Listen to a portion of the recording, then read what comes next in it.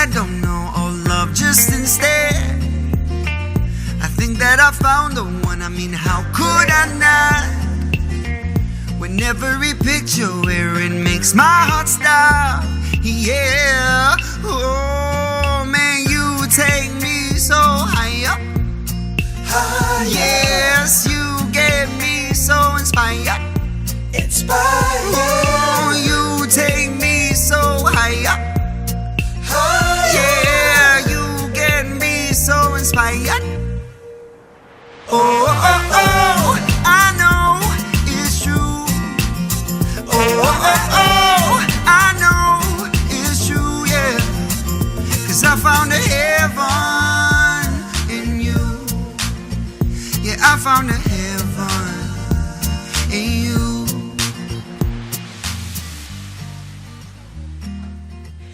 It is Heaven in You. Hugh Masinga teaming up with Jay Something on this particular one.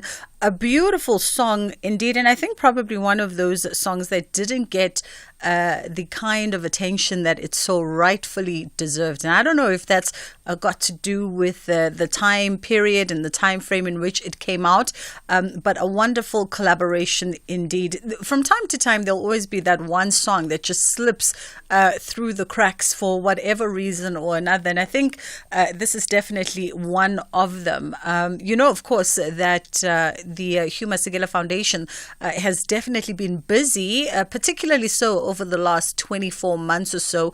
Now they've just launched a full collaborative album of Dr. Hugh Masinga. In fact, we were talking about it just a couple of months ago. And he's one who is known throughout his career to collaborate with musicians from across various walks of life, but also from various generations, just keeping his pulse on everything that was going on globally.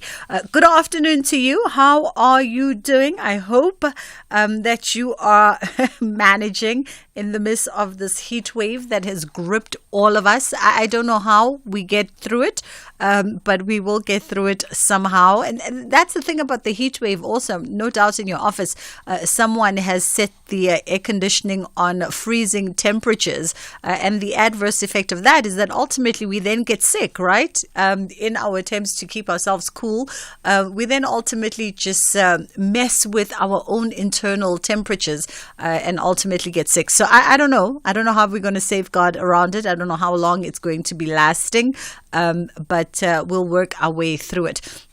Coming up on the show, we're going to catch up with the folks at Kagiso Trust who are mobilizing over 300 respective delegates around a common agenda. We'll find out more about that.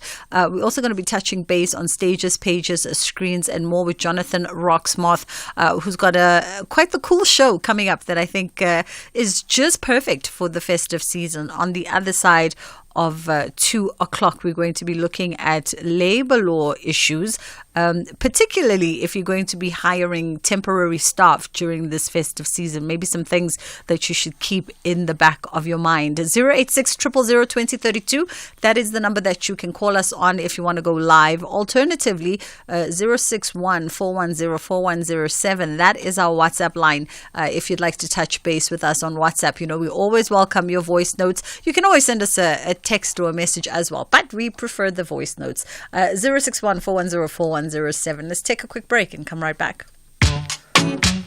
The Full Circle with Bridget Masinga, Monday to Friday, 1 to 3 p.m. Eskom understands that electricity is an integral part of running a business. However, electricity demand is currently higher than supply, and energy efficiency is critical. Businesses are encouraged to reduce consumption between 7 a.m. and 6 p.m. by not leaving electrical equipment on standby mode, as well as turning off unnecessary lighting. We can reduce load shedding by working together. Every kilowatt counts. It all comes together with a great partnership. Thank you for demonstrating that indeed you are proudly South African. Africa Borwa witnessed a great Rugby World Cup France 2023 because of your incredible support. Great friends, great prize, and great sport. Asibonge Kasalaga. Brought to you by SABC Sport. For the love of the game.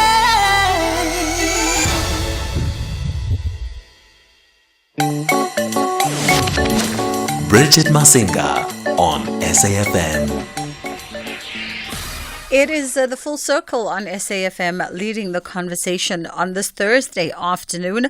They have sent out a urgent call to address South Africa's crises and governance challenges, and they're asking to convene civil society groupings and formations for some common cause. And of course, this call, from what I understand, was made by Kagiso Trust. We've got the civil society manager at Kagiso Trust, Bushoko Ditlake, joining me on the line. How are you doing this afternoon?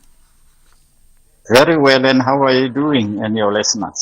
Could always be better, but we are hanging in there. In the heat wave. In the heat wave, amongst other things. All right. Let's get into it, Bushoko. Let's talk about, Kagiso Trust. You guys have put out a call for progressive SA civil society formations to come together for what you are calling an extraordinary summit. Give us some background and the purpose of convening this extraordinary summit.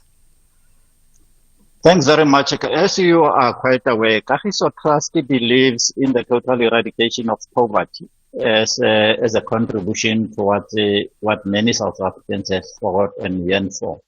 And 1994 represented that watershed to fulfill that strategic objective, especially that Kagiso Trust holds dearly.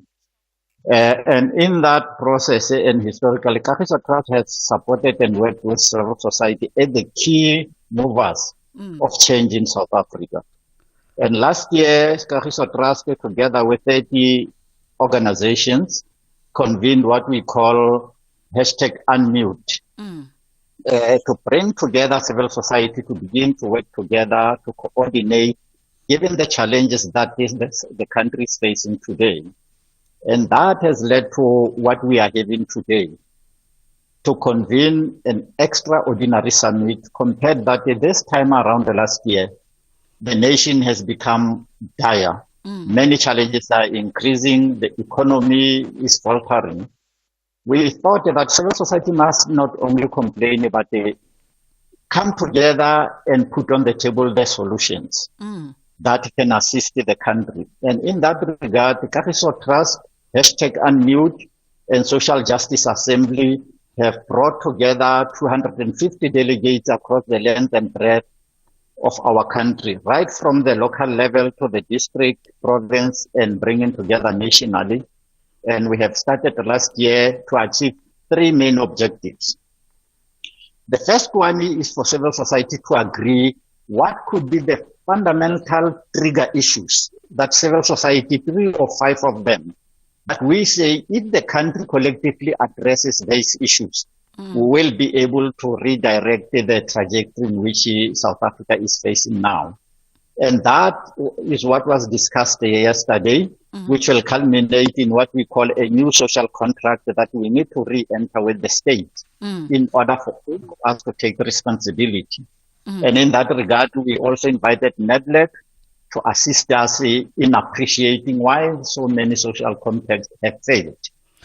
Let me jump in here, Bushoko. So 250 plus delegates convened for this, and as you say, from respective stakeholders from the local, district, as well as the national levels, and everybody who sort of come together. I wonder, was there already some kind of sort of a common understanding of maybe what some issues are, commonly identified issues, but also a common understanding of what could be potential solutions in order for us to drive some kind of change?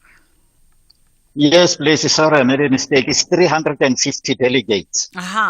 350 delegates. Indeed, the #Unmute together with Kagiso Trust convened 9 provincial consultations to gauge what are the issues ranging for national crisis issues, from corruption, quality education, and many others.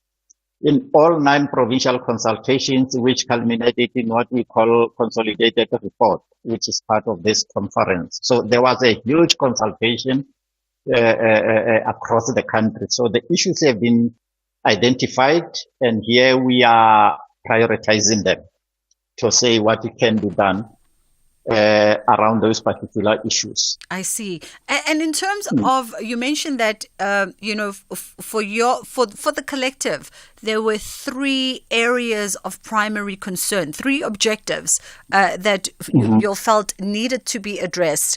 Run us through those 3.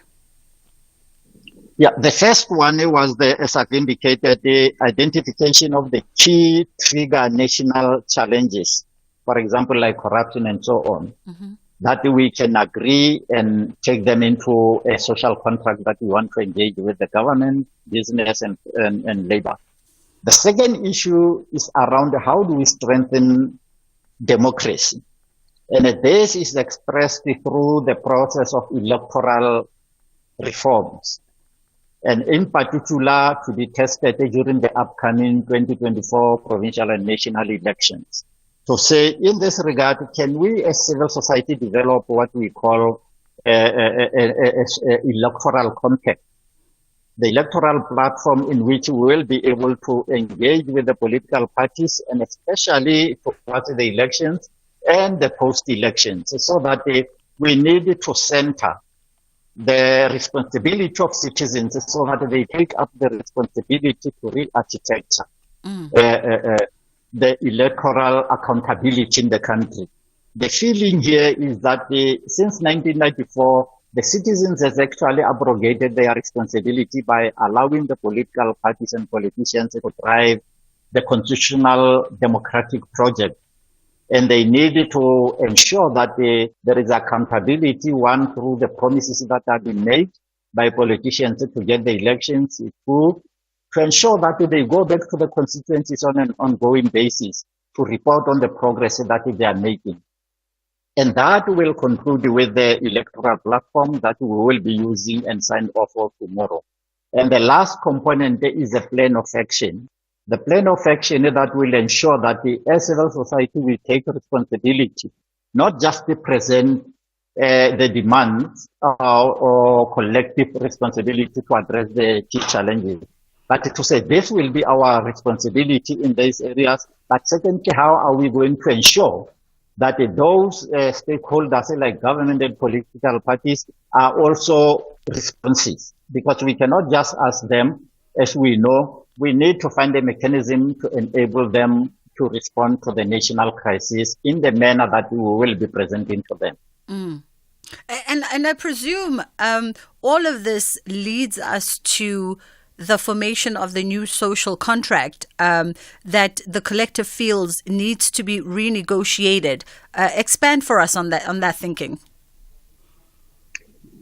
The social contract is that if you recall that in 1994 there was expectation that the country will be led by uptight and morally driven leadership that will inculcate within society. And secondly, and especially from some of the provisions of the Reconstruction and Development Program, which generally the society accepted as an unwritten contract with the state, that the poverty will be eradicated, it was said. It is in that context that a new social contract will have to outline what we believe are the key responsibility and expected delivery that the government must achieve with the society, and what are the societal expectations, so that the kind of crisis that we have observed over the last 30 years, we are able to set aside and set back the country in the path of development and prosperity for all.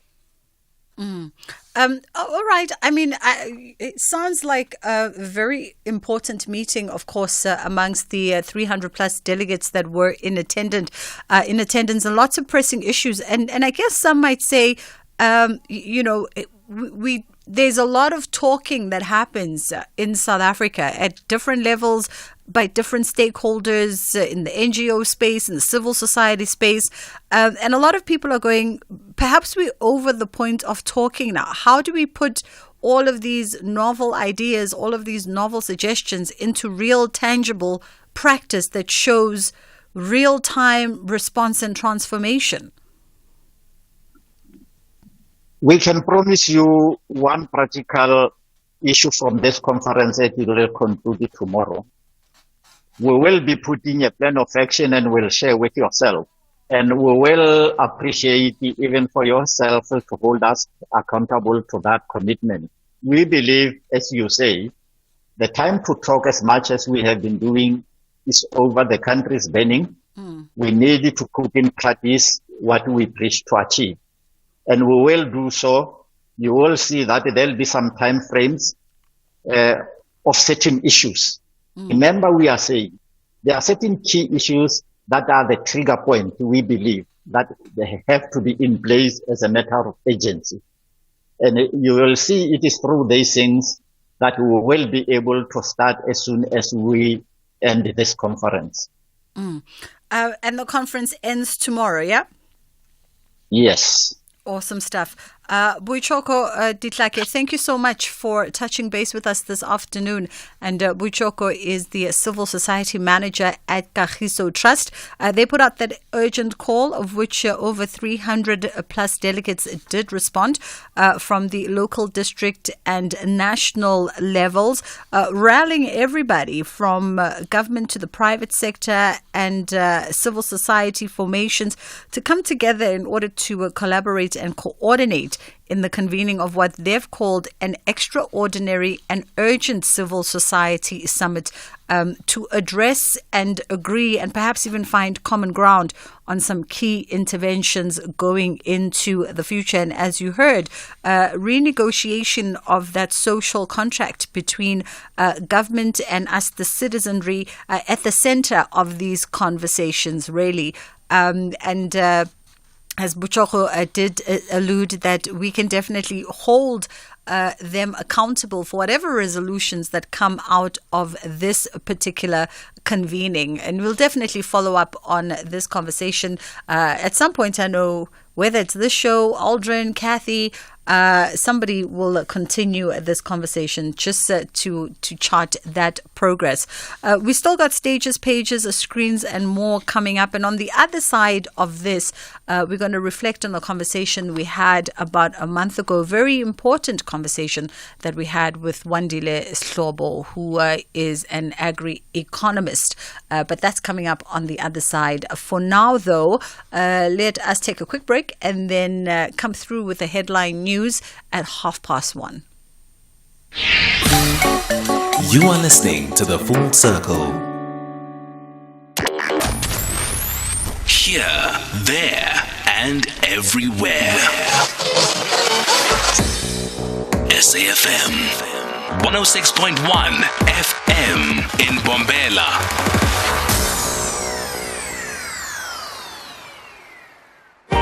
You're listening to Bridget Masinga on SAFM. Good afternoon, Bridget. In your headlines, Labour Minister Thulas Nxesi says he absolutely denies any allegations leveled against him regarding a bribe sought on the 5 billion rand UIF tender by former chair of the Productivity South Africa and also chief executive of Tuja Capital, Mthunzi Mdwaba. Nxesi says Mdwaba's allegations are questionable as he has not provided any proof regarding his allegations against him. Accused number 1 and 2 in the trial of slain Northwest businessman Wandile Bozwana have pleaded for leniency as the Pretoria High Court resumed with sentencing procedures against them and 2 of their co-accused. Their legal representatives concluded the cross-examinations of Bozwana's 56-year-old brother Benedict. An Eastern Cape Police Commissioner, Lieutenant General Nomthetele Limene, has sent words of condolences to the family of public order policing member who died in the line of duty. Captain Mawetu Manchiose was part of a team arresting a suspect at Ndungunya village in Alwal North. I'll have details on these and other stories at 2. You're listening to Bridget Masinga on SAFM.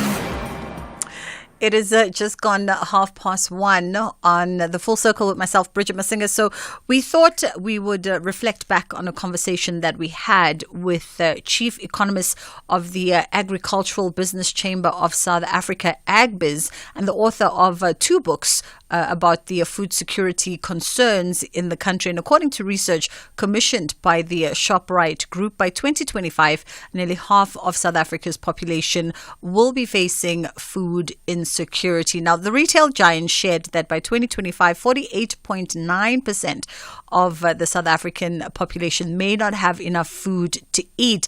And what we surmised from this conversation with Wandile was that it wasn't a case of there not being enough food production in the country. In fact, we export 50% of what we produce. It was perhaps a case of the socio-economic landscape in the country making food unaffordable for most South Africans. Here's Wandile Hlobo on that. Yeah, absolutely. But Bridget, as a disciplined agriculturalist, let me start on the point that you opened up with, saying, look, it's cold, raining all over South Africa.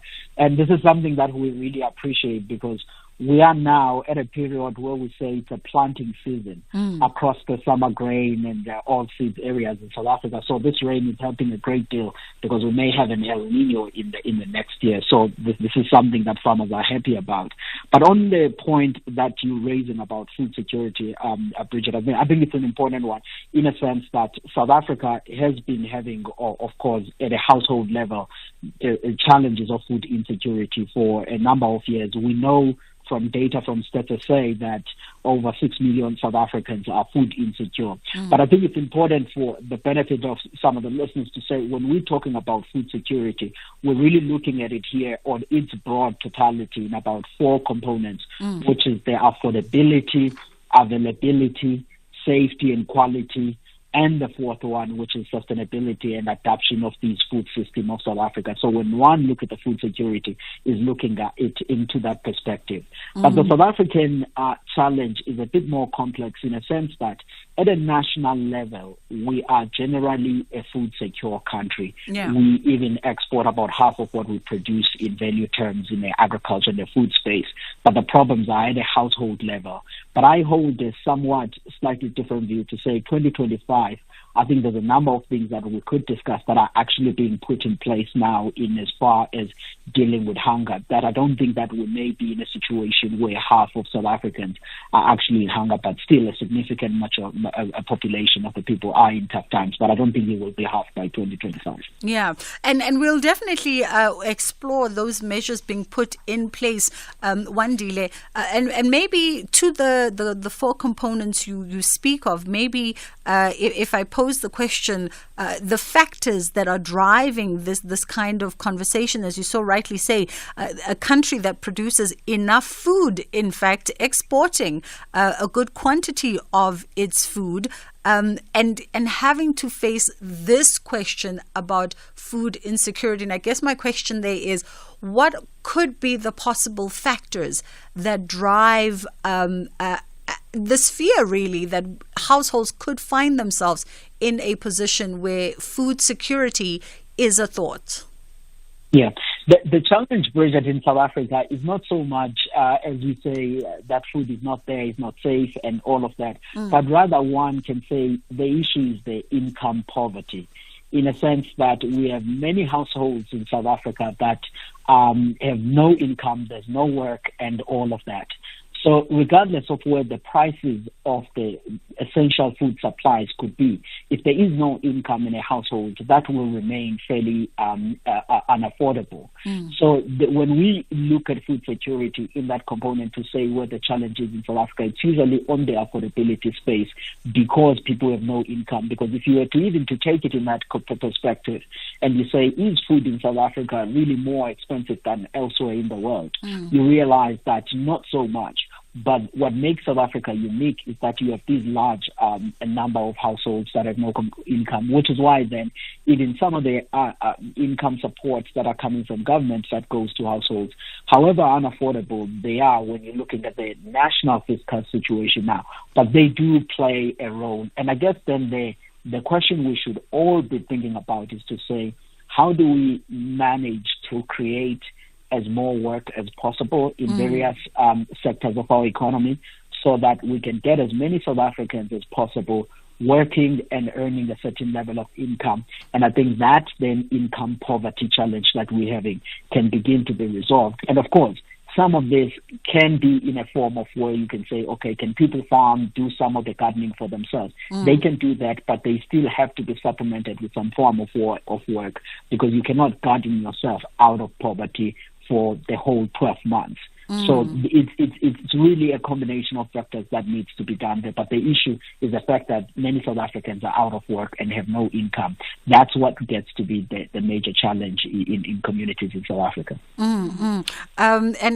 Really, I think I've heard you speak on this before, and you've really drilled down on that particular point, that the central connecting issue here is about affordability, and hence, at center to that should be a conversation about job and opportunity creation, and of course creating an environment conducive for South Africans to be able to sustain their own household incomes. Yeah, that's correct, Bridget. Also, even when you're looking at it in a regional perspective, if you ask a question and say, what provinces in South Africa really have a large part of this poverty challenge, you realize that the likes of the Eastern Cape, KZN, Limpopo, and the number, of course, then in the peri-urban areas, they're really at that edge where they are really challenged. Then the question there begins to say, what sort of jobs can really be created realistically to be able to absorb as a number of people as possible, which is why I sometimes go on and punting the idea of saying in the Eastern Cape, in KZN, in Limpopo, southern side of Mpumalanga, we do need to try to expand even on agricultural production, agro-processing, things that are in manufacturing, because there's still more room for growing those industries and absorbing people both at a farm level as well as on a processing side. And I think that income and the people getting to be busy at work, those are some of the fundamentals that can actually change the challenges that we are in. Because those are also the provinces where there's still vast tracts of underutilized land, some of it sitting with government and some of it, of course, in the former homeland. So we should be thinking about how do we bring those to be economically active. And I think if we do that successfully, we can begin to resolve some of the poverty challenges while there are interventions in the other sectors of the economy, of course. The irony about the provinces that you mentioned is that, between Limpopo, KZN, and Eastern Cape is that they, as you said, they do have the highest levels of food insecurity, but also sitting with the largest agricultural lands that hold potential in the country. So where are we misstepping? Where is, I don't know, perhaps policy and implementation and practicality are misaligned? I think here, Bridget, the political leadership has a really great incentive of saying, okay, let's take these provinces, in one way, view them as the frontiers of growth in agriculture, of driving inclusive growth, and then begin to say, how do we put in the commercial agricultural production, which will, at a scale, employ a number of people and at a scale generate some bit of income. That will start with the state releasing land rights in some of the areas and making sure that there is blended support and finance that supports those farmers. And of course, there are roles to be played by municipalities in making sure roads and everything else operate so that the agribusinesses can thrive in that area. But the Department of Agriculture should be leading a part on that, on saying, okay, we want to develop agriculture here in a more aggressive. So the practical thing is to releasing land with long-term tradable leases or title deeds, selecting the right South Africans that can actually farm and get land to be economically active, then making sure there's access to capital of doing that. There's some incubation to train the young people to be farming. I know it sounds like a long process, but I mean, in a space of about 2 years, you could be able to make inroads and begin to get people to be busy, because in the long run, then there will be sustainable jobs in the value chains that could be created. But this project, which is then perhaps a positive thing, it's all captured on what the Department of Agriculture calls the Agriculture and Agro-Processing Master Plan. And you will recall, Bridget, that in 2012, catch the Insider Essay this Monday evening at 6 as hip-hop star Kiddo CSA taps into the spirit of Africa. So it's so inspirational. Tenor Luvo Maranti and Lady Linda Davies join forces. To help young talents to be seen in the world. And lending his bark to the campaign against bullying, canine celebrity Mr. Miyagi is a ferocious force for good. That's the Insider Essay, Monday at 6. Repeat Saturday at 12 p.m. and Sunday morning at 10:30 on S3. Ford is turning 100 and there's never been a better time to buy a brand new Ford. We're giving away 100 vouchers worth an amazing 50,000 Rand each and the sensational grand prize of us paying for one lucky winner's Ford. It's the celebration of the century. Visit a Ford dealer, buy a new Ford and win. T&Cs apply. Wow, finding out about my health has never been so easy. I just spoke to a nurse and I also got to ask a doctor a question and I didn't even have to leave my home. Want to download your COVID-19 vaccine certificate? The National Health Hotline nurses and agents can help on 0800 029 999. And you can also ask a doctor a health question on the Kiredi WhatsApp line on 060 019 0000. That's Kiredi on 060 019 0000. Nothing beats the exhilarating atmosphere of Joburg's hottest horse race. This is the People's Race. It's not just sport, it's a lifestyle with a great sense of fashion and a jubilant scene to party and celebrate. Experience the Summer Cup on Saturday, 25 November at 3:50 p.m. live on S3. Also available on SABC Plus and SABCSport.com. Brought to you by SABC Sport. For the love of the game.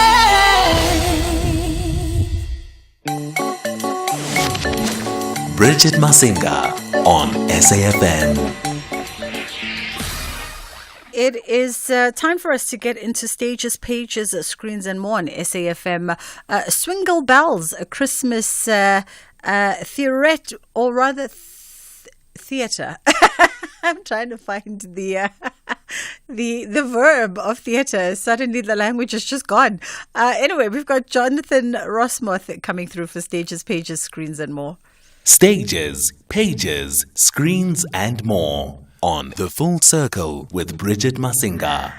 Don't you hate it, Jonathan, when you're about to be in the middle of a conversation and then the word just goes?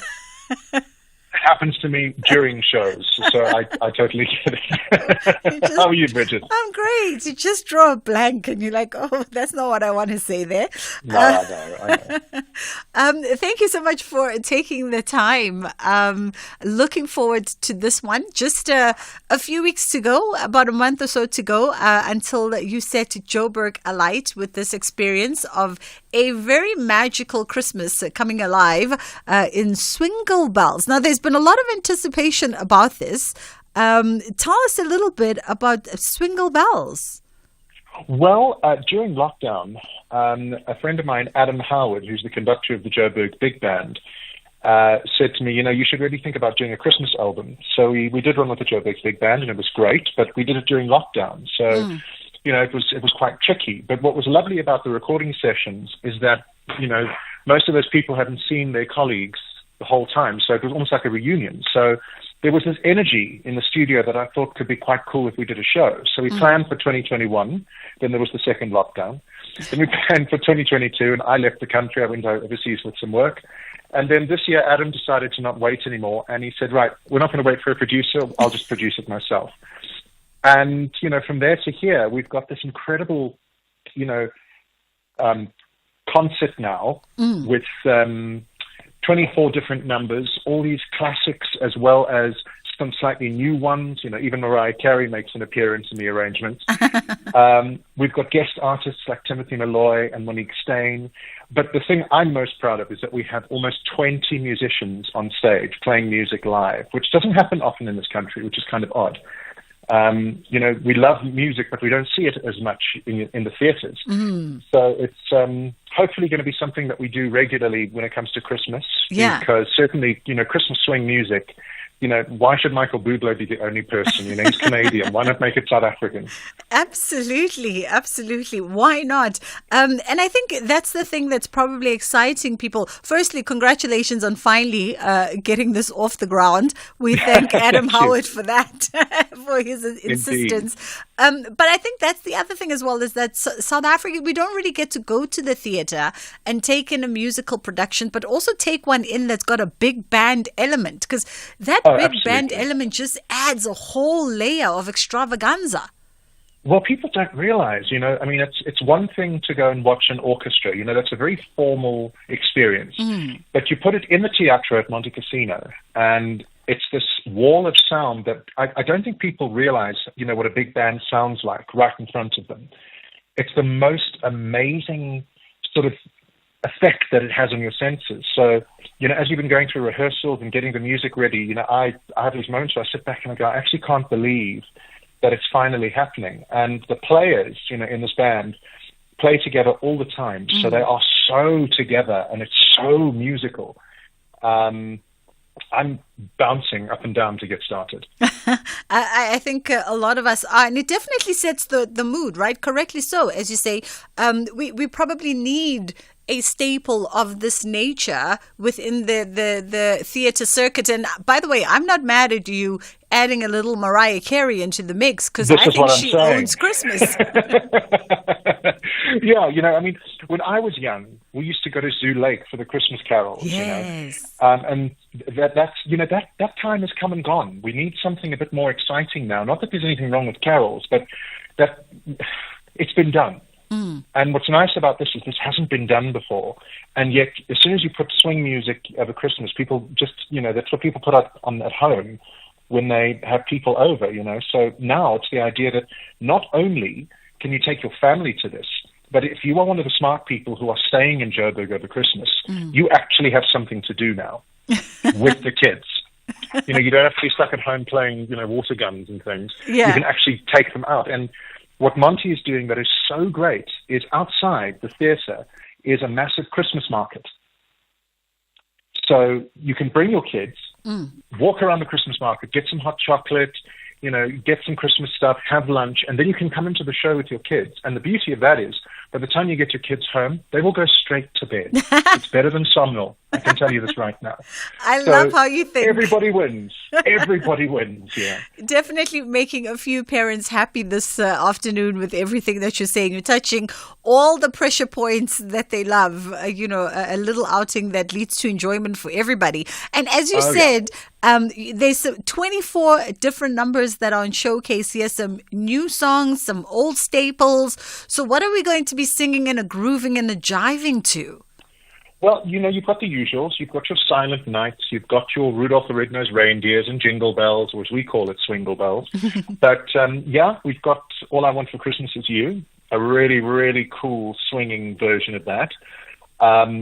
We've got Michael Bublé's Grown Up Christmas List, which is my personal favorite in the show. It's just so beautiful. But then in amongst all of that, we've also got a few cheeky surprises that showcase people like Timothy Malloy's incredible voice. He's doing a Harry Connick Jr. version of Winter Wonderland, which is just, you come and listen to what this man does with his voice. It's a bit much. He's our Peebo Bryson. That's all I'm going to say. Oh, lovely. But he is just, and aside from that, he's a nice guy. And, he performs on stage, and you just look, when you look at somebody and you go, oh, they're a nice person. That's Tim, So we've got that. But at the same time, we've got a few lovely instrumental numbers that people will not expect at all, where the big band just takes over. And, I've been sitting doing the arrangements for the past few weeks or so. And you always think you know what it's going to sound like in your head. And then you sit down with that band and they begin to play. And it's something else. It really is. And I have to say, the thing we are most proud of is that we actually have realistic pricing for the concert. Because, when people think, a big band, you've got to pay all those people, so they go mad with pricing. We've actually kept the top price under 300 Rand. Oh. Which is almost impossible. I don't know how Adam's done it, but he's a brand new theatrical producer and he seems to know exactly what he's doing. But what that means is, you can take the entire family out without having to, sell the house. Very important in these tough times. So Absolutely. ticket pricing at the most just under $300 for a family of 4. Times that by 3, by 4, 5, and it's a good night out.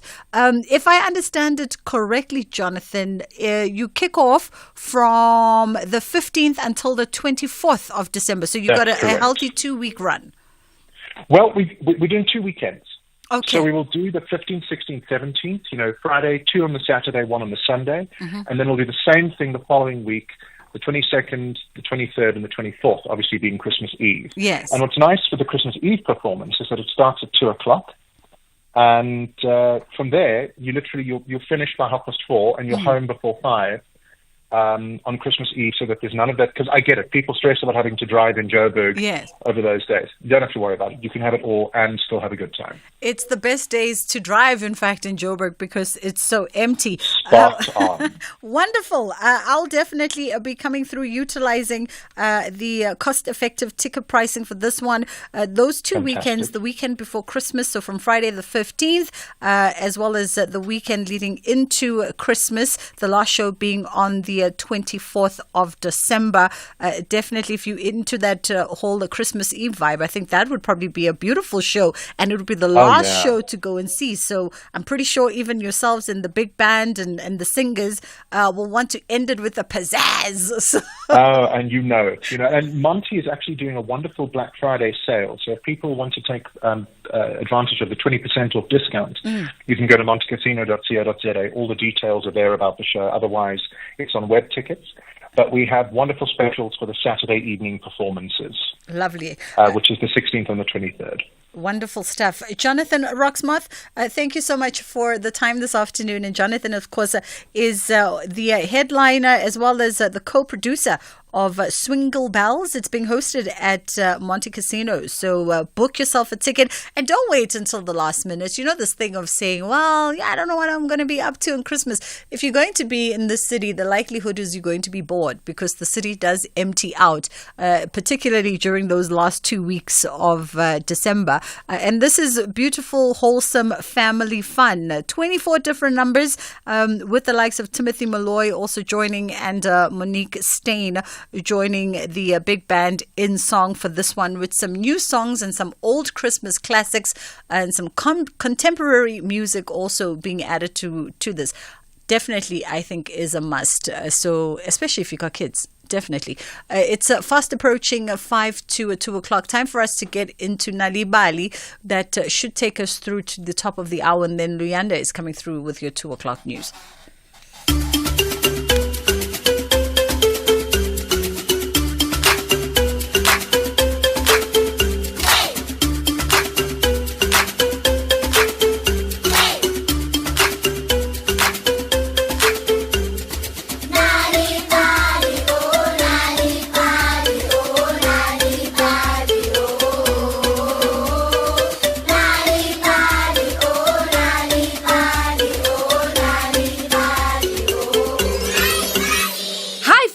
And welcome to Nalibali. Do they allow you to do any type of hairstyle at your school? Well, it's important that you should follow all the rules put in place at your school regarding your hair. Rules are set up for a reason. And if they say you can't bring pink hair at school, then so be it. Today's story is called Lila's Hairband, written by Pranessa Naidu. But before we listen to today's story, let's all get up and dance.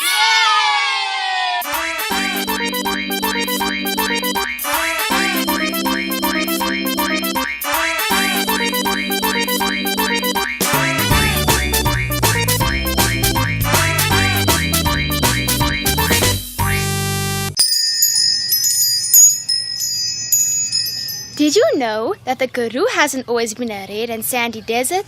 Millions of years ago, there was water everywhere. Said Miss Naidu. Then she drew something on the dark green chalkboard. Does anyone know what this is? She asked the class. Lila's friend Mealy put up her hand quickly. It's a mermaid, miss. I saw a mermaid just like that in a movie. Lila wanted to laugh, but Miss Naidu said Mealy was right. It was a mermaid. Yes. When there was water in the Karoo, people believed there were mermaids there too. Said Miss Naidu. Sidney laughed. and told Miss Naidu that was a lie. Everybody ignored Sydney. Well, even now, people living in the Karoo said that they sometimes see a strange woman sitting by the mountain pools. She has blue eyes, pink cheeks, long dark hair, and a fishtail. There's even an old lady who told a newspaper that she saw such a strange lady sitting on a bathtub outside her house. Miss Naidu smiled a secret smile. Laila's Oma had an old white bathtub outside her house to collect rainwater. Laila wondered if her Oma had seen the mermaid. That evening during supper, Laila told her parents all about Miss Naidu's lesson. Laila already knew lots about the Karoo because her Oma and Opa lived in New Bethesda. Every year, Laila and her parents would drive there to spend Christmas with them. Miss Naidu said that we're going to learn about the Karoo tomorrow. She says that there are mermaids in the Karoo and that people have seen them. Can I please call Oma to ask if she's seen any mermaids? Don't be silly. This is just a story, a superstition. Laughed Laila's father. Laila tried to remember the word superstition so she could look up into her dictionary later. And don't trouble Oma and Opa with this nonsense, he said.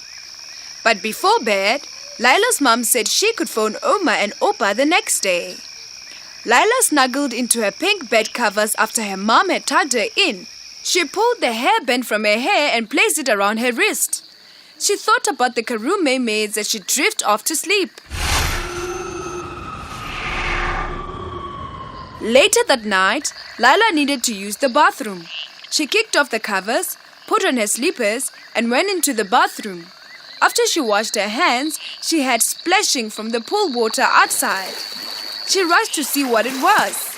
It must be Sugar. She's always jumping into the pool. She's so small. She could drown. Laila's mischievous little dog Sugar would go for a swim in the pool, then sit by the kitchen door and cry to be let in because she was cold and wet. Laila pushed the blinds aside to see out of the kitchen window. She saw Sugar sitting by the pool. She quickly unlocked the door to call Sugar inside, but Sugar barked at Laila and turned to bark at something else. Laila stepped outside to see what Sugar was barking at. There! Laila saw the mermaid from Miss Naidu's lesson. It hadn't been Sugar that had splashed in the water. It was the mermaid. Laila went outside and picked Sugar up. She washed the mermaid carefully.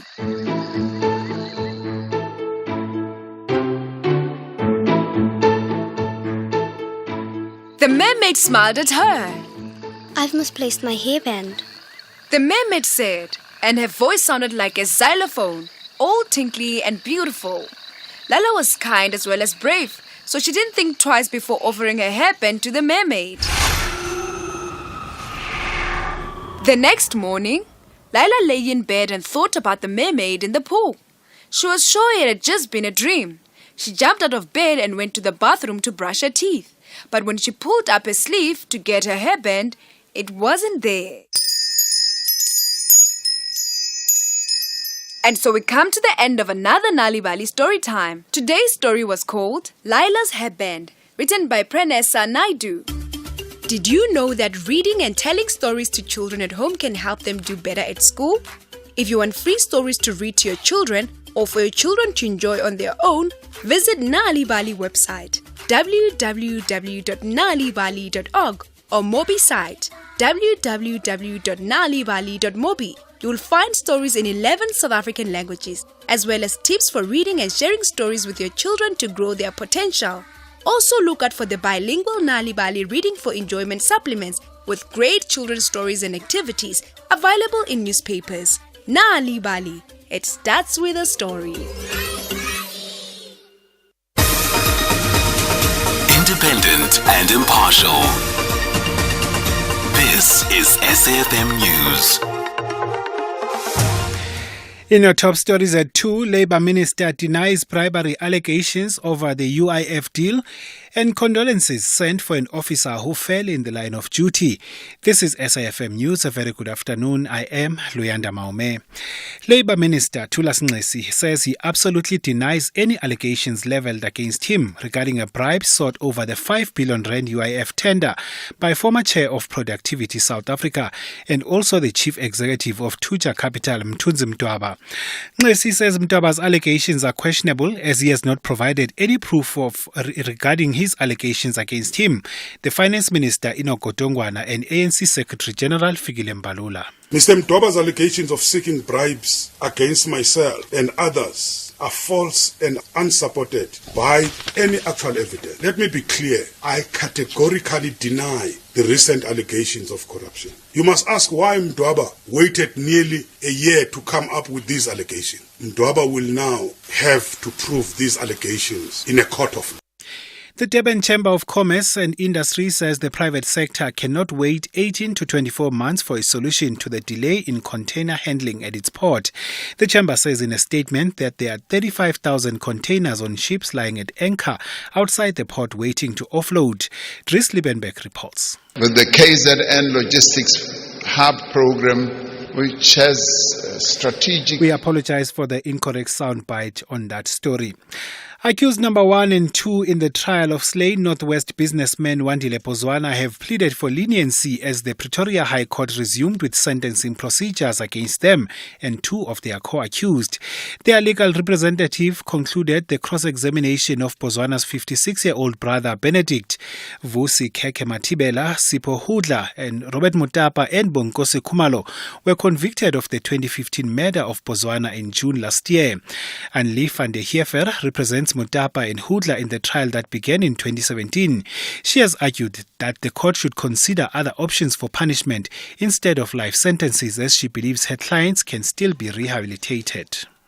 There's no requirement that punishment is identical to the offence because of the fact that there's an eye for an eye. In other words, my Lord, simply put, and that is one of the submissions that I make to your Lordship, you don't need to impose life because life was taken away. In fact, there's ample case authorities for numerous cases where retribution doesn't come to an eye for an eye. We've got lots of cases where life is not imposed for a life that was taken away. Eastern Cape Police Commissioner Lieutenant General Nomthetele Limene has sent words of condolences to the family of the public order policing member who died in the line of duty. Captain Mawetu Manchiose was part of a team arresting a suspect at Ndungunya village in Aliwal North. During the operation, the suspect stabbed Captain Manchiose in the back of his neck. Provincial Police spokesperson Priscilla Naidu says the 40-year-old suspect was shot dead by police. The suspect ran out of the house with a knife and spear in his hand. He stabbed Captain Monchioso on the back of his neck. When the police captain fell, and as the suspect re-advanced towards him in an attempt to stab him again, he was fatally shot by police. The officer was taken to the nearest clinic for treatment. However, he succumbed to his injuries. The 40-year-old suspect died on the scene. A case of murder and an inquest was opened at SAPS Mpumalanga. And finally, Qatar says it is working with Israel and Hamas to finalize the details of an agreed pause in the fighting in Gaza as the Israeli bombardment continues. Earlier, Israel said the temporary ceasefire to allow 50 Israeli hostages to be released, as well as more than 100 Palestinian prisoners held in Israeli jails, would not happen before Friday. The BBC's Yolandi Nell reports. It's been stressed to us very much that no official announcement on the starting time for this deal was ever made. But, of course, we were being briefed by senior sources on different sides that it was expected to start around now. Qatar itself, the key mediator here, of course, has said this morning that it is planning to make an announcement in the coming hours about the official start time for a deal. So things are looking much more hopeful, but all of this just underlines how difficult it's been to get to this point.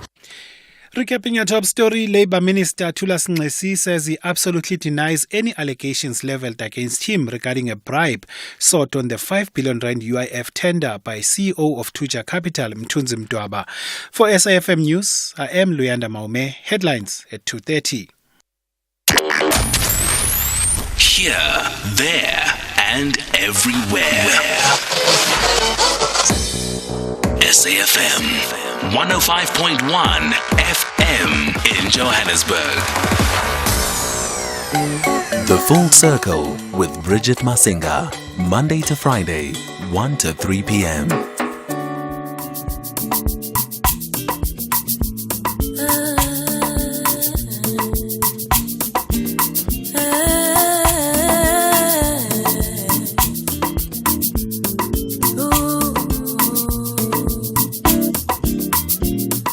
Really don't know what more I could ask for when you're always on my mind. Can I make it through the words that would have you by my side? Still I ponder on what it would cost me. I wonder how much longer it will be. Wonder if it's time though that you would just level with me. And I would ask of tomorrow to come with brighter skies. And I would ask for tomorrow to bring me a truthful light. And I would ask for tomorrow to help you to open your eyes. There's a cloud of love passing our way. Yeah, round and round me.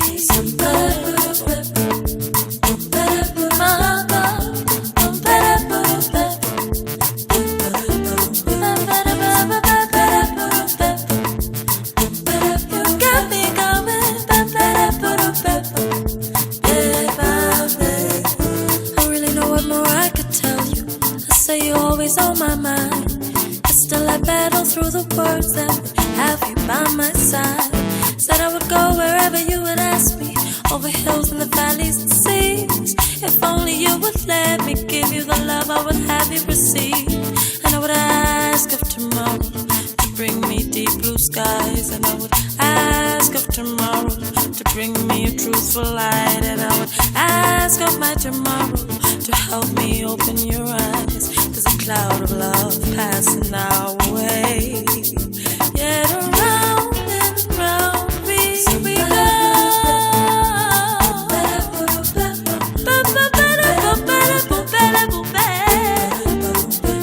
You make my heart go.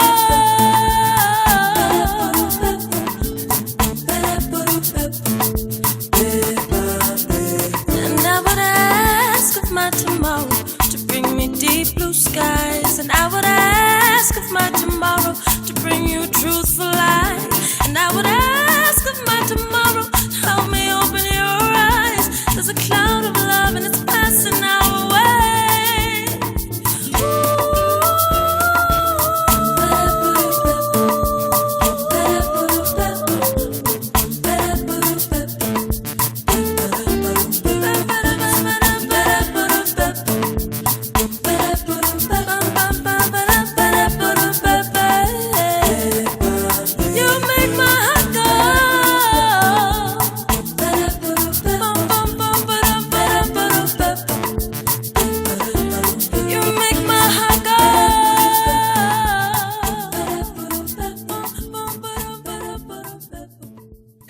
It is Malay, You Make My Heart to Go. That is our 2 o'clock number for you, keeping it proudly South African as we enter the second half of the show today.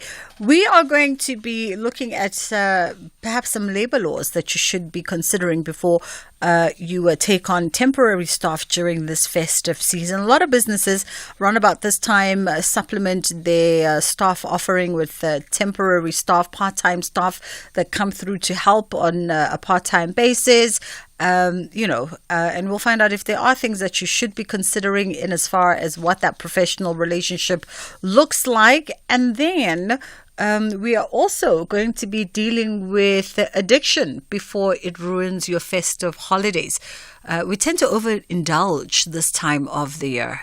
And if you don't, there's always, a malume or a rachadi or in tates mang within the family that overindulges just a little bit and perhaps even ruins, the whole festive jubilee that when we gather, we like to be happy. So we're going to be looking at that. In fact, I wonder, as I say this, I wonder if you do have a malume or a khadi that when they come into the space during festive, whether it's Christmas or Mqimbi, whatever it is, because we have so much that happens during the festive season, if they just spoil the mood, they indulge just a little too much and it goes left all the time. Feel free to share some heartwarming moments, perhaps. No need to hlaza them, and you don't have to tell us who they are. You can just share on 0614104107 on our WhatsApp line. And I feel like this is not just about us, right? This is not just about our rakhadis and malumes and aunties. My team is chuckling. But I feel as if even, John and Kate have an aunt or an uncle that overindulges a little bit during the festive season and takes things a little too overboard, and perhaps the merriment is too much and can ruin the family gathering.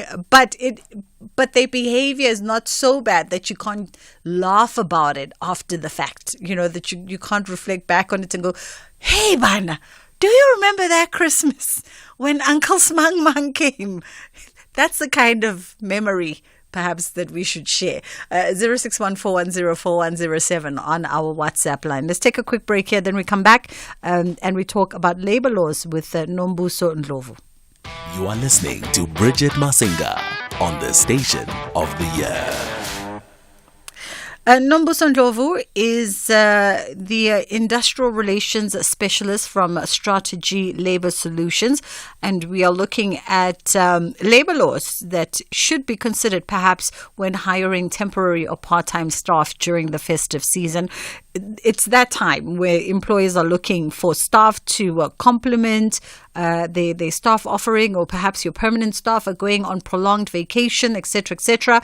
And we thought maybe there's room here for us to have a little bit of a deeper look at some of the crucial labor laws that one should consider before hiring temporary workers for the festive season with Nombuso Ndlovu. How are you doing this afternoon? I'm very well, thank you, Bridget. Thank you for having me. It's only a pleasure. So let me ask there, I guess the most obvious question is there something that we should be perhaps taking a closer look at before hiring anybody to come through into our space for the temporary period? Is there something perhaps that potential employers should be considering and maybe don't consider when it comes to that? Definitely there is. That's why we have the laws that exist that govern the employment space. So first things first, to understand with the South African labor laws that there are three categories of employment, being permanent, fixed term, or as you refer to it, temporary employment, and casual employees. Now when it comes to fixed term employees or temporary employees, what employers need to be cognizant of firstly is to comply with the law that exists. Now, we have that in the Labor Relations Act of Section 198B, which governs fixed-term employment, and that has been since 2015 when the Labor Relations Act was amended. Now, the compliance of those laws is to, first things first, as a potential employer or as an employer, make sure that there is a contract that you're going to enter into and agree with the potential temporary employee or staff. And that employment contract is a legally binding document. It needs to be entered into and agreed upon by the parties, which will be signed. That will then govern this temporary employment or this temporary employment relationship that we'll have to that you're getting into or embarking upon. Secondly, yes, sorry, Nombuso, go ahead. No, what I was about to say is that secondly is to understand that fixed-term or temporary employment is that, as a state, it's an employment that exists from a certain start date to a certain end date, and that's the biggest difference between the permanent employment or any other employment as opposed to temporary employment. Tell me this in terms of. When you talk about contract, I think a lot of people maybe are very relaxed around that when it comes to temporary employees, because maybe someone's going, it's a month, so we can have a gentleman's understanding. But perhaps that's not the right way to go about it? It's not that the right way to go about it, but what an employment contract does is that it formalizes the agreements that the parties are getting into and ensure that there's clarity of the expectations of the obligations by the employer and the employee, because that then sets the tone up front as to what is expected by the employee and what the employer should ensure that they abide by with the employment contract that they're going to start temporarily. So if it's a gentleman's agreement, then what we will apply is what the laws that stipulate in terms of that gentleman's agreement if it's not written down. But so long as there's an agreement between an employer and employee, it is legally binding, and the laws then stipulate to us what is expected to be abided by the employee and the employer who's getting into this employment relationship, even on a temporary basis. Because what the employment contract as well will stipulate, as indicated by Section 194, is that there must be a reason for the temporary employment that you're getting into. It must specify or be clear in terms of the duration as to when, up until when, will this employment relationship end, as well as I stated, the reason. So is it due to a peak of the season that there's a need for workforce because of the increasing workload that is not expected to run longer than 12 months? Is it a recent graduate or a student who we are appointing with the purpose of obtaining work experience? Or is it because of the employment, so is the temporary employment due to a specific reason or project that is running for a specific period? Okay. I see. And then in terms of remuneration, this is not the time for us to also be taking advantage of people seeking opportunity and perhaps also driven by a sense of desperation to provide for Christmas. A lot of people will complain, around being temporarily employed, but really just not being remunerated as per what the permanent staff in those positions would have been. Again, it goes back to the agreement, the employment contract, which will stipulate, in terms of the BCEA, Section 29 also stipulates that one of the mandatory requirements of an employment is for an employer to indicate the remuneration that the person is going to be receiving. We also need to ensure that we have a benchmark or a minimum remuneration that is stipulated by the BCEA, so that we ensure that people are not remunerated in less favorable terms, that we abide by the laws, we abide by the BCEA, we abide by the LRA. That is what's going to inform the remuneration of the employment. In terms of rights, are employees sort of well versed on what their rights are at a temporary or part-time level? Because I get the sense a lot of us get into this thinking that maybe I'm on the back footing. I'm not a permanent staff member, and so I don't have any kind of rights or any recourse should things go awry. Employees do have rights as much as employers do as well. And once there's an existence of an employment relationship between parties, be it permanent, be it temporary, be it on a casual basis, so long as there's an agreement between two parties of an employment relationship, the employer has an obligation to the employee, and the employee has rights to that. So rights such as I stated, the specification of the duration of the employment contract that you're entering into, the reason that you're entering into this temporary employment or fixed-term employment. Thirdly, the remuneration that you're going to enter into, because there are certain differences between how, at times, how permanent employees are remunerated as opposed to temporary employees. Permanent employees will be on more occasions be remunerated on a monthly basis, whereas with fixed-term employment contracts or employees, there is provision that an agreement can be entered into for an employee to be remunerated on a weekly basis or on a fortnightly basis. Another right is for the employee, fixed-term employee or temporary employee, to be aware that they are entitled to certain benefits such as paid annual leave, but that is on a different condition. Because you are employed on a temporary basis, your entitlement in terms of paid annual leave will be 1 day of paid annual leave for every 17 days worked, as well as for sick leave. You're entitled to 1 day of sick leave for every 26 days worked, because you are appointed for a specific period, which is no longer than 12 months. Whereas with permanent employees have an entirely different benefit when it comes to annual leave, paid sick leave, or parental leave. So those are the rights that the employees need to be aware that they do have rights as well, despite the fact that their employment is for a specific period with the employer. Let's take a quick break here, and then we'll come back on the other side of this and continue our conversation. Open the Absa Cash Invest Tracker account and earn the best rates in the market, more than the top 10 money market funds' average returns. Enjoy unmatched advantages at an interest rate of 8.9% per annum. Plus, if you open your account today, you could win your share of 15 million rand in luxury travel experiences for two. Yes, you heard right.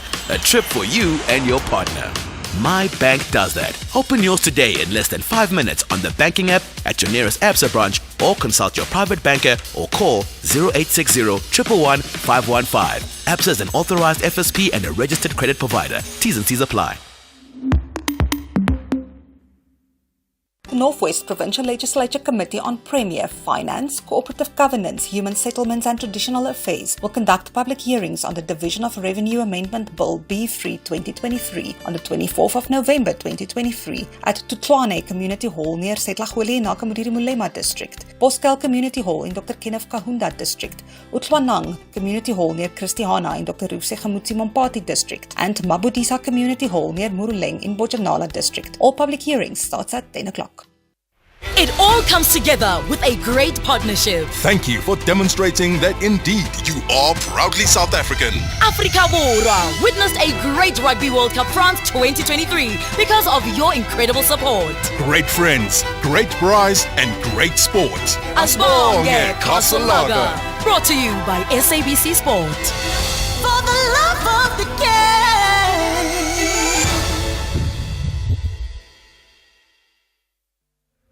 SFM invites you to our inaugural public lecture, delivered by the former Chief Justice, Mogoeng Mogoeng. When something is in the heart, you really don't need to be checking as if it was something that was designed to facilitate your appointment. One of the things that I promised the nation was to make sure that transformation happens, with a view to ensuring that work is somewhat evenly distributed among whites, black people, and both black and white women. That is the one responsibility among many that I have pursued with everything within my heart. The lecture will take place on the 29th of November 2023 at the SABC M1 Studios in Johannesburg. Secure your seat by emailing us at info@safm.co.za.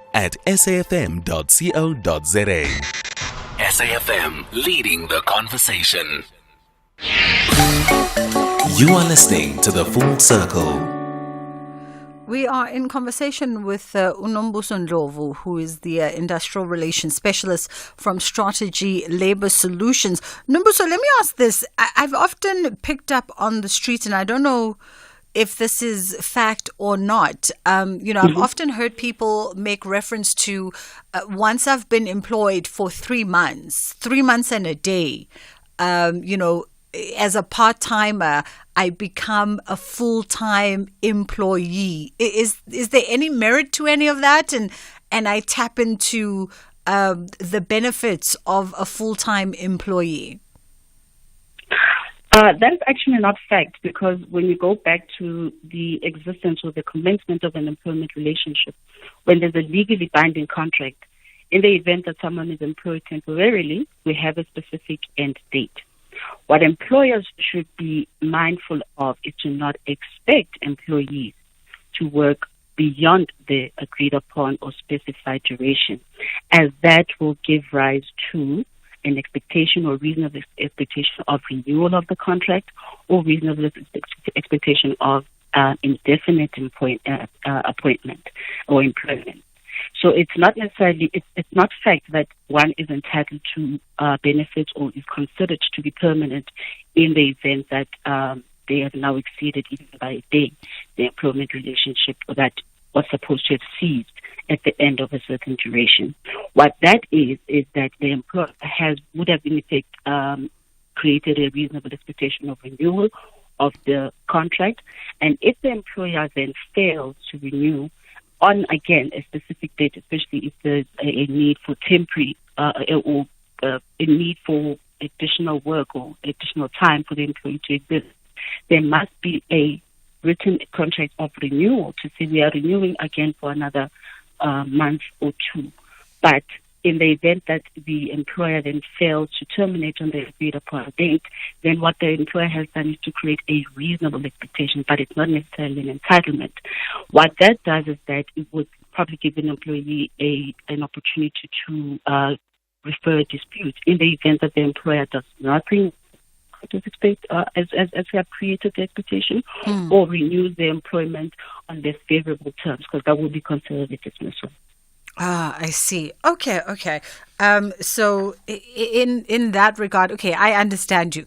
It's not an automatic you are now staying because you've been here after the end date of your employment period. Okay. I think I got the gist of that one. And then anything else that employers should be cognizant of in these structures of employment? So the cognizance that the employer needs to take into account is, like I said in the beginning, the fact that a fixed term or temporary employment has an end date. So unlike a permanent contract, where a permanent contract would have an indefinite date, and the termination of that would be upon reasons of either resignation or retirement or, touch wood, death. A fixed term employment or temporary employment has a specific date in which it will end. That is specified, as I indicated, under Section 908B of the LRA.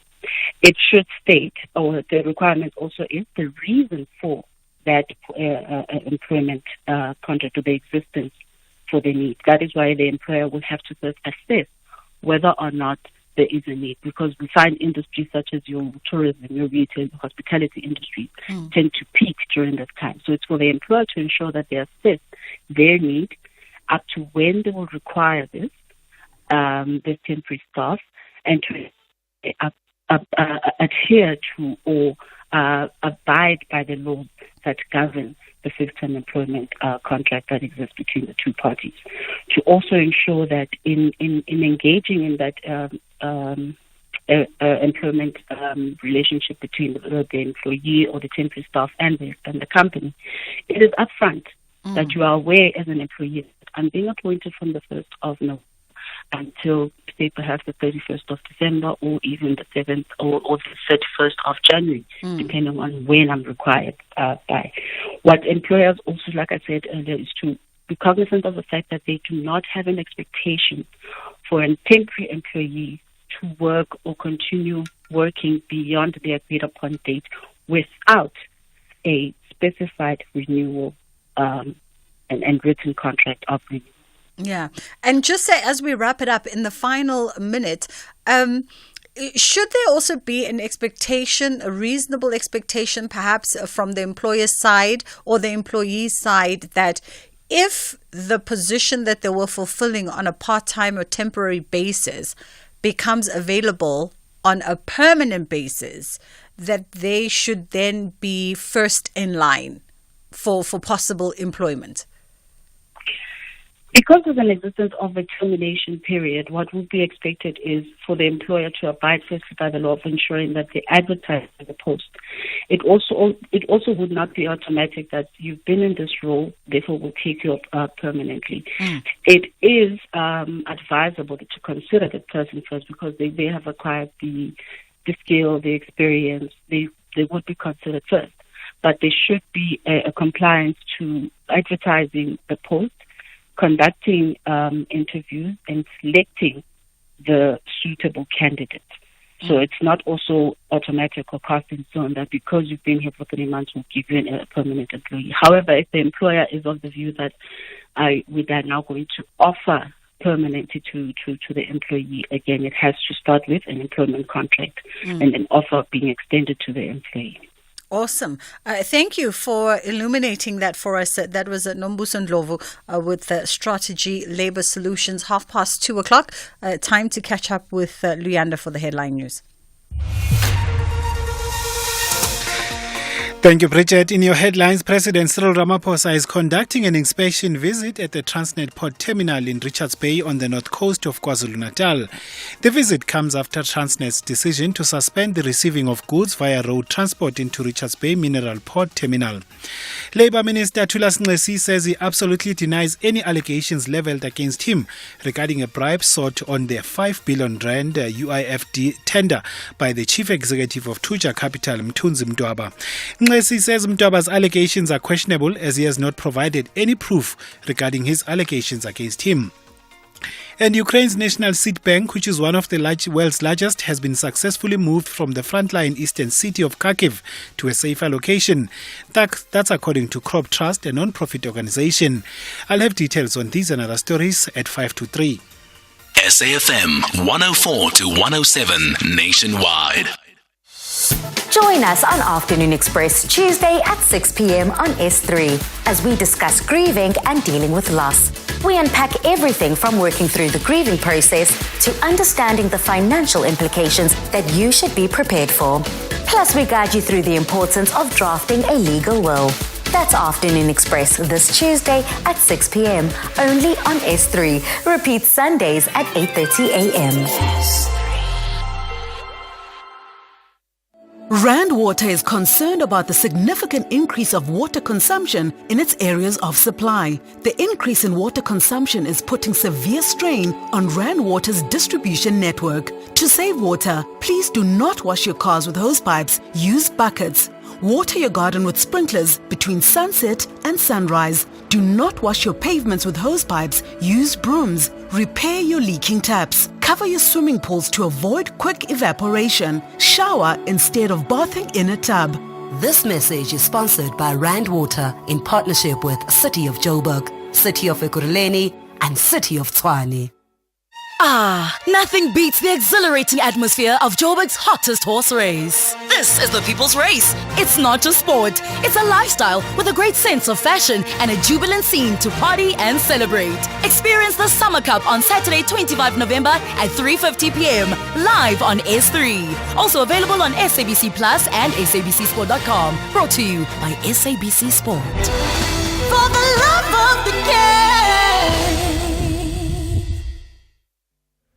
SAFM invites you to our inaugural public lecture, delivered by the former Chief Justice, Mogoeng Mogoeng. I reflected on the lives of these men and said, Steve Biko could have been a medical doctor. Aubrey Mokwape, they could have been medical doctors, but for the sake of me and many others, they chose a path of justice. What challenges me all the time is there are multitudes out there who are unemployed, who are uneducated, people who from time to time go to bed without food. This is an opportunity to use this privilege, to use this position for the advancement of the cause of justice, because there is so much more that still needs to be done out there. The lecture will take place on the 29th of November 2023 at the SABC M1 Studios in Johannesburg. Secure your seat by emailing us at info@safm.co.za. SAFM, leading the conversation. Arts, culture, and robust conversations with Bridget Masinga. We've got Kirsten Smith, who is a specialist wealth management with Citadel. And we are talking mastering financial security across generations. From time to time, we dip into conversations around just better relations with our finances in light of where we are in the country. Good afternoon to you, Kirsten. How are you doing? I'm good, thanks. And you, Bridget? I wish I sounded as chipper as you, but perhaps you've got better skills in managing your money, so you're a little bit less stressed than some of us. I've got 4 kids, so I've got a long road ahead still. Oh, yeah, no, and those school fees absolutely cost a penny. Let's get into mastering financial security across generations. And And I mean, if you've got 4 kids, I would take it as a point of entry for a conversation that a lot of your professional skills and your professional knowledge and know-how is something that you are now consciously trying to instill onto your children so that they're just better equipped in understanding their relationship with money. Oh, Bridget, absolutely. I think the minute you have a child, your whole world literally just turns on its axis. So the love and joy is all on the one side, but I think it's the realization that you've actually got to look after and be responsible for this little being for like the next 20 years plus. So it's a financial undertaking, and I think a lot of people underestimate that. And I think the big issue that we see globally and also particularly in South Africa is this whole cycle that's not broken. So we having to look after, our parents looked after us, we now are having to step up and help look after them, and then just in the same like vein, we now trying to keep up with the Joneses and give everything we can to our kids and not save for ourselves. So our kids are going to have to look after us down the line.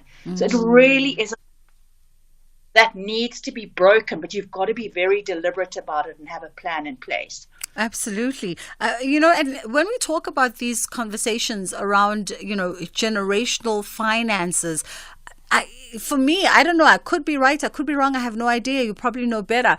But I think that South Africans already starting off on a back footing because, just 2-3 generations down the line, the vast majority of us were not really taught how to engage money. And then the ripple effects of sort of the burden of having to take care of the next generation, you never really get time to set yourself up so that the following generation starts off at a better footing. Totally. I mean, for most of us, I think nearly all of us, talking about money is awkward. It's just something you don't go there. And a lot of us also grew up in hierarchical type families where the father figure, dad, made the money decisions, and don't you dare question what's going down. It is what it is. Yeah. So that's, I think, a big part. And then, what I'm seeing with my own kids now, what I'm struggling with is, I go into a shop and I pay with my phone. I literally just tap it. So my kids, my kids are small, they've got very little concept of what money is. They're like, well, Mom, just tap. Meanwhile, they're not counting coins or notes like you and I, you from your whole like you and I did when we went to the shop when we were tiny. So I think it's about bringing the concept of money into conversations, letting children understand what money is, and also realizing, I think the big learning that we need to get across to kids at a young age is that money involves an opportunity cost. So if you buy the Super C's, you can't have the Crunchy. So your budget is X. And I think it's trying to bring that across, obviously at different levels depending on their ages, and just opening up that kind of money talk just so it becomes more comfortable amongst the family and something less to be feared and feeling awkward about. Yeah. And in fact, this is something that, of 30 years of operations at Citadel, you guys are quite conscious of this fact that money is still very much seen as a taboo within the greater society in South Africa. Yeah, no, you have no idea. Our day job is having conversations with people about money, but it really is, out of all the conversations we have and the stories that we hear, money's highly, highly emotive. So I think, and it also a lot depends on how you were brought up, and that really, it carries on with you. And I think what I always try and teach the clients that I'm working with is you need to realize that those biases are there, but you need to realize that they're biases, and you need to say, right, okay, I realize that I look at money in this way because of X, or my dad only believed in property, so I only believe in property. But now say, right, I actually need to open my blinkers and realize there's a world beyond those biases. So you just need to be more open to everything and just learn to empower and educate yourself in the process. And speaking of that empowerment and education, I'm quite interested in the series that you'll initiated, Conversations, a series by Citadel. Yeah, so that's the whole thing. So it's come up amongst so many of us, and it's this whole cycle, and we've decided, right, we wanted to run this campaign where we can actually show and demonstrate the power of opening up conversations about money and just showing by starting to talk about money with your siblings, with your spouse, with your parents, with your kids, it really just helps people connect at a different level. It deepens your relationships. And ultimately, like I touched on earlier, it helps alleviate some fear and just takes away the worry about money. The minute you're actually talking about it and going, okay, hold on, this can be okay if we plan, or there is enough, or whatever it is that your family is dealing with. And I'm wondering, just from the groundwork that you've done thus far, what have been some of the interesting insights that you've sort of heard being conveyed about people's relationships with money or reluctance? Oh, I think, again, it touches on that hierarchy. I think that often comes into play where, I deal a lot with female clients, for instance, and for a lot of them, even in like a marriage and the like, they've kind of like followed on. And just as their mom didn't have a bank account, a lot of them still don't have bank accounts either. And they'll let their husbands make money decisions and the like. So a lot of that needs to be opened up and spoken about. And it's just about not being scared. Opening up that channel to talk about it. You definitely, you know what I love, Kirsten, about our conversation is that for once we're talking to a money person who isn't very serious, though we're talking about something really serious. Because I think also just approaching advisors and approaching people who are experts in certain fields sometimes, it causes anxiety because you almost feel like just from their tone, they're going to judge you, that you're an overspender or you should know more or you should know better. And so to have somebody who's just warm and light and engaging a serious conversation in a light way almost makes me want to pick up the phone and make an appointment.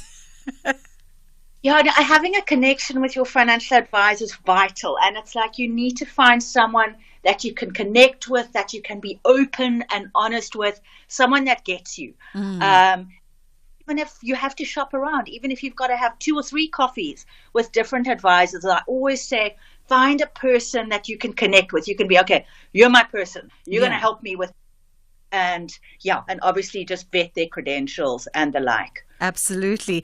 Kirsten, I appreciate the time with you this afternoon. Thank you so much for being in conversation. And SAFM 104 to 107 nationwide. The Northwest Provincial Legislature Committee on Premier, Finance, Cooperative Governance, Human Settlements and Traditional Affairs will conduct public hearings on the Division of Revenue Amendment Bill B3 2023 on the 24th of November 2023 at Tutwane Community Hall near Setlagoli in Nakamuriri Mulema District, Boskuil Community Hall in Dr. Kenneth Kahunda District, Utlwanang Community Hall near Christiana in Dr. Rufse Gamutsi Mompati District, and Mabudisa Community Hall near Muruleng in Bojanala District. All public hearings starts at 10 o'clock. This special acknowledgement goes to Hollywood Bets. Your heartwarming support gave millions of South Africans a thrilling experience during the Rugby World Cup France 2023. The vibration that moved the nation. Salute Hollywood Bets. Brought to you by SABC Sport. For the love of the game.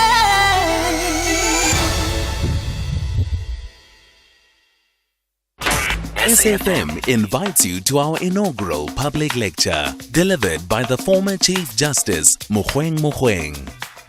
The theme of the lecture is Constitutionalism and Upholding the Rule of Law in South Africa. Has corruption and malfeasance eroded the moral fabric of the democratic dispensation?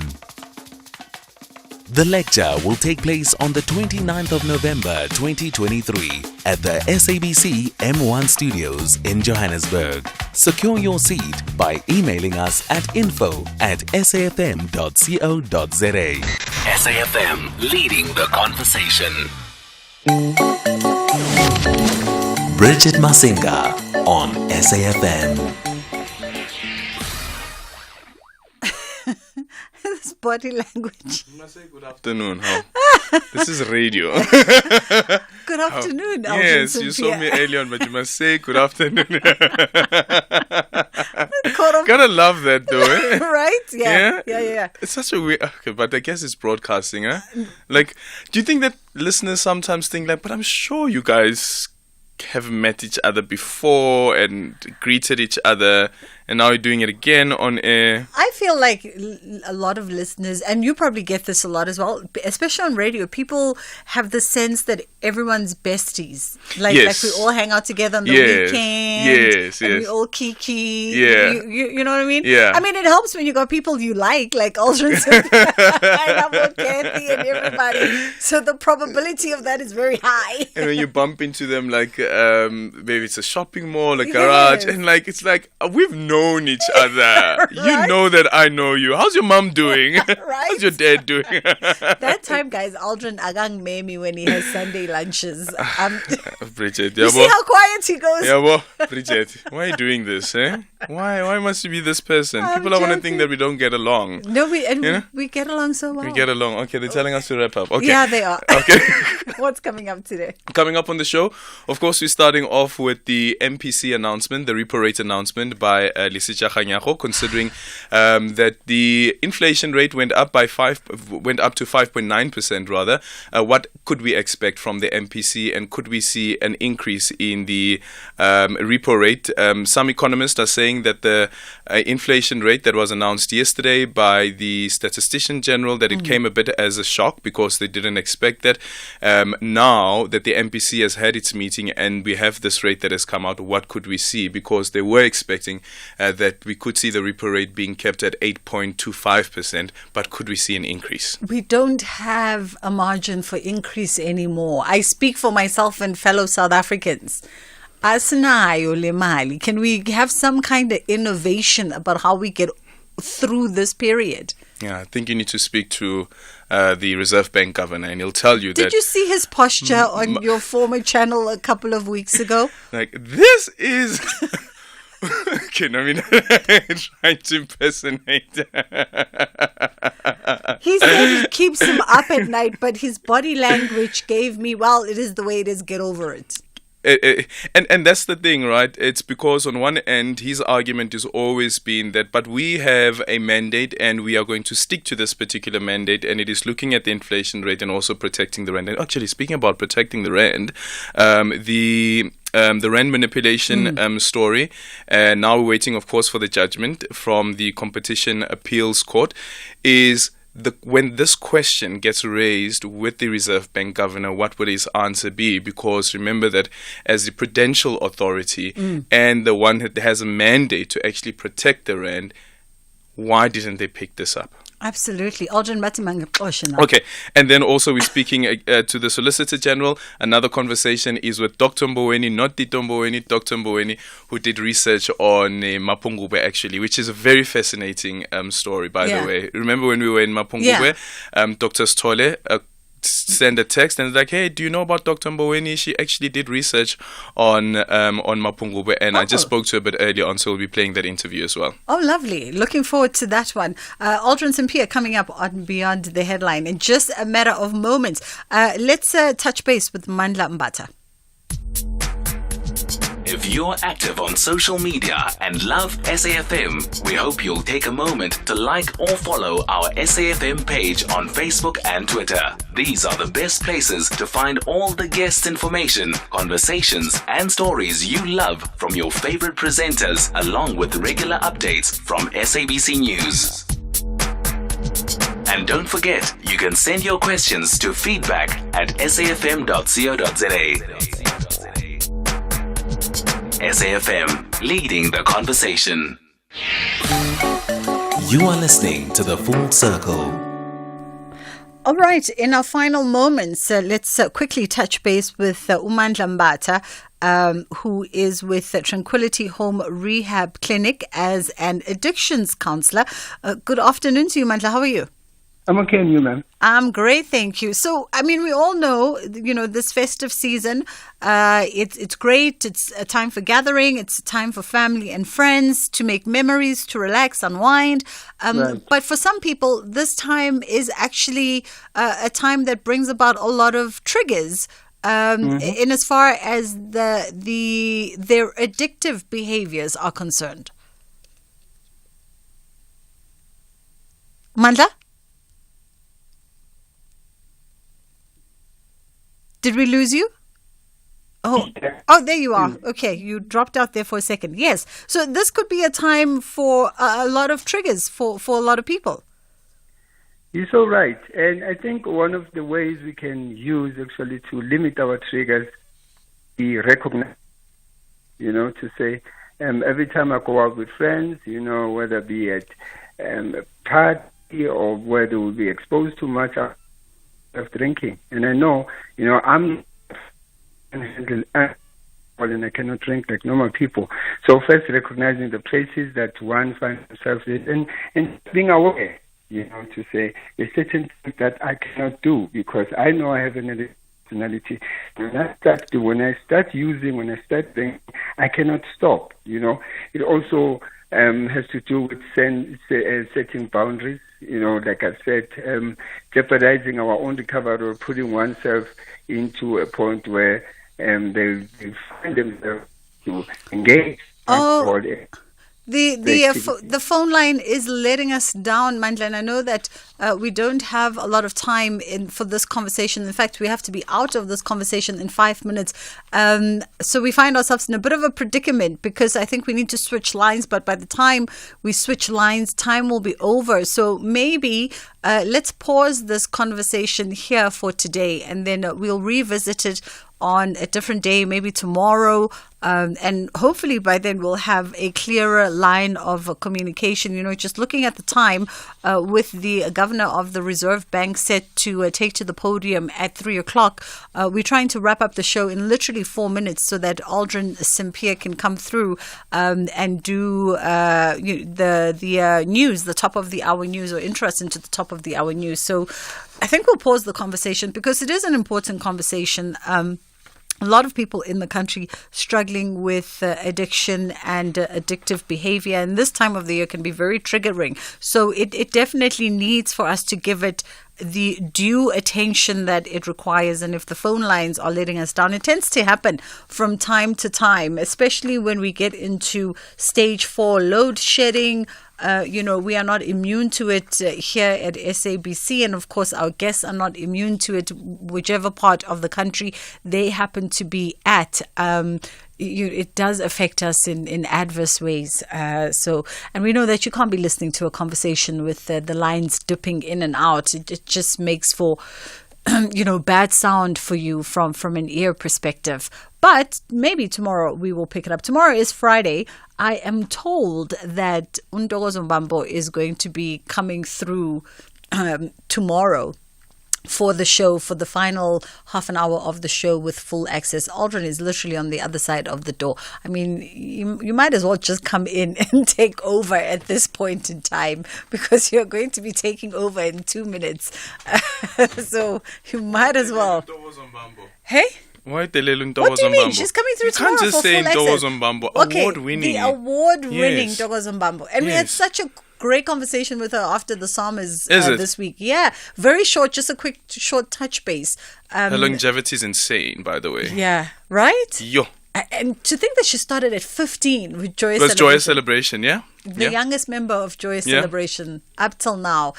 But I can't imagine, and on Monday when we were talking to her, I literally was just focused because you don't want to steal someone's joy. Mhm. She's still reveling in the moment, but you can't also ignore what transpired on social media following the Psalmers on Sunday. So hopefully tomorrow we can get into that because I feel that puts a damper on things sometimes. You're trying to enjoy your moment and your win, and then that happens, He's like, no comment. Yeah.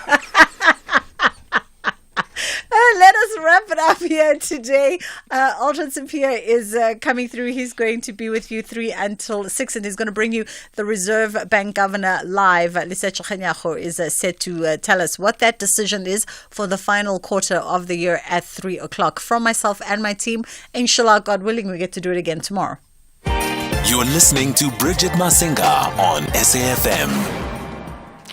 Outsurance will go out of their way to try and save you money on your car insurance if they can't ask for 500 Rand. SMS out to 38462. Now, that's good news. SAFM 104 to 107 nationwide. Leading the conversation. Here, there, and everywhere. SAFM 106.1 FM in Bombela.